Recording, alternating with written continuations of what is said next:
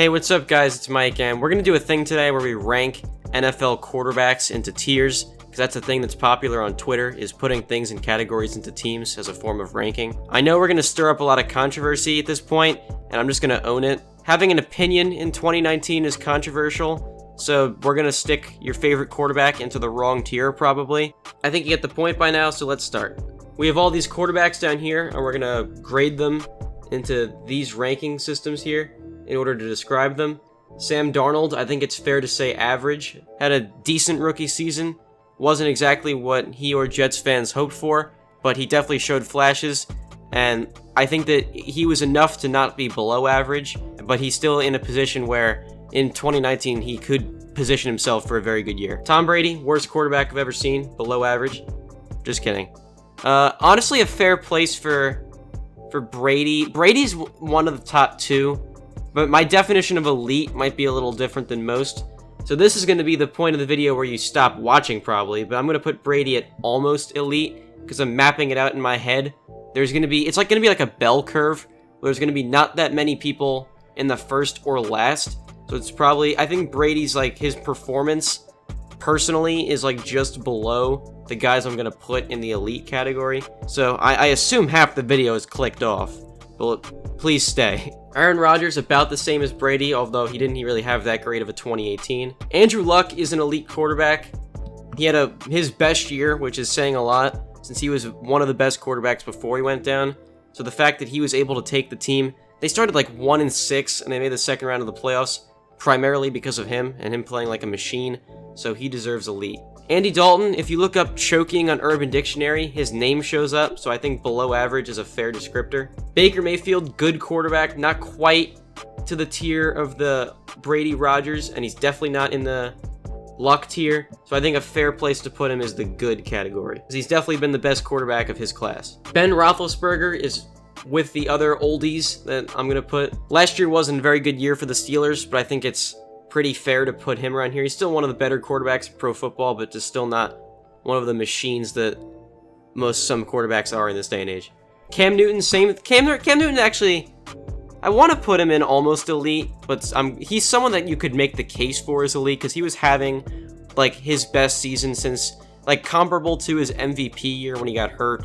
So I think Cam Newton, final decision. We're gonna do this mostly rapid fire as you've seen, but I'm feeling the same tier as these other guys for Cam Newton, but Cam Newton's probably the closest to actually being elite. Him and Brady are probably neck and neck on that. Carson Wentz, good, not great, even though Eagles fans will tell you he's the best quarterback who ever lived. Derek Carr, below average. I bet Max Kellerman is going to have something to say about that too. Remember that controversy with him, Derek Carr in First Take? That was funny. Deshaun Watson's kind of hard to place, but I think a fair place to put him is good. Drew Brees absolutely goes in elite. You could very well make the argument he's the best quarterback of his generation, and you could maybe convince me on that. Dwayne Haskins hasn't played an NFL game yet, so we're not going to put him or Kyler Murray in this discussion. It's just not fair. Actually, no, Kyler Murray's elite, even though he hasn't stepped on the field yet. No, just kidding. Eli Manning, below average. Giants fans can tell you all they need to know. It's funny that I'm putting him in below average, and when they drafted Daniel Jones, they said he could start in maybe 4 years. Jameis Winston, below average. I think that's pretty fair. Jared Goff, good. You could maybe in the Super Bowl demote him to average, but I think good is pretty fair. Jimmy Garoppolo, not that much of a sample size for him, and he did get hurt early last year. I'm going to put him in average just because there's not too much to go off with him. Joe Flacco, below average. He lost a job last year to Lamar Jackson, who had never played an NFL game. I think Joe Flacco and Trump are like the only two people who might not put him in this tier. Joe Flacco is actually a very elite quarterback. Josh Allen, average. Josh Allen's a very hard quarterback to describe, so I'm just not even going to try. Josh Rosen is someone we don't really know much about right now, because Josh Rosen, like, you could almost pin his struggles on how awful his team was last year. So I think average is probably fair, just as I'll go with benefit of the doubt here. Because if he struggles with the Dolphins, then we'll have more of an idea if it's him or his team. But I think that a fair estimation right now is average, especially because I think he's earned the benefit of the doubt. Kirk Cousins is average, which his wallet doesn't really say. Lamar Jackson is average. He got a bit exposed in the playoffs, but he had a good run in the regular season, so he could very well, in 2019, propel himself up to the good category. if I ever do this again. Who is that down there? Oh, that's Marcus Mariota down there. I almost couldn't even see. It's like really, you can't even see his face down there. I wanted to say, it's like, is that the Jaguars alternate for a sec? Marcus Mariota is a little below average, I think. He's someone who I honestly don't know how they're doing. Siri, is accidentally summon me? No, I was actually trying to ask you a question. Is Marcus Mariota good? Here are Marcus Mariota's NFL stats from last season. He went through 11 touchdowns last year. His completion percentage was pretty good, though. I'm gonna move him up to average. Matt Ryan, he had that one MVP season, and then the Super Bowl happened, which was fun. But I think Matt Ryan is gonna go to good with the capability of being almost elite.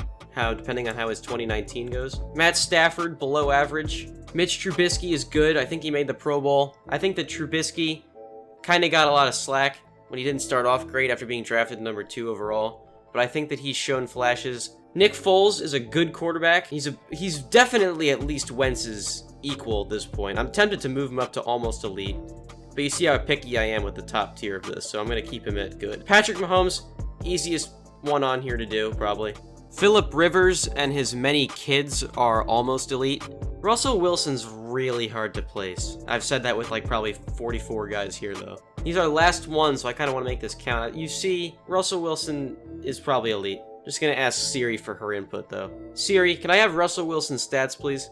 Here are Russell Wilson's NFL stats from last season. Oh yeah, he threw 35 touchdowns and 7 picks. He's elite. So yeah, there's my quarterback tier rankings. I'm like 7,000% sure this isn't going to be your list, so let me know where I screwed up in the comment section of this video. Hope you enjoyed the video. Please like and subscribe if you're new. Appreciate your time. See you guys later. Hope you enjoyed. Thanks. I call the shots, I run the balls, I'm Michael Jordan. Hit it with a little bit of push and a little bit of pull when a goddamn mic recording. I bring the heat, I rep the east, I'm like the Celtics. I don't even know what to do with the gold that I get, bitch, I'm Michael Phelps. I'm like LeBron, I get the gold, I'm Sherry Khan, yo, carry bronze. I'm Randy Moss, I'm Harry Khan, my game on Royce, I'm Barry Bonds.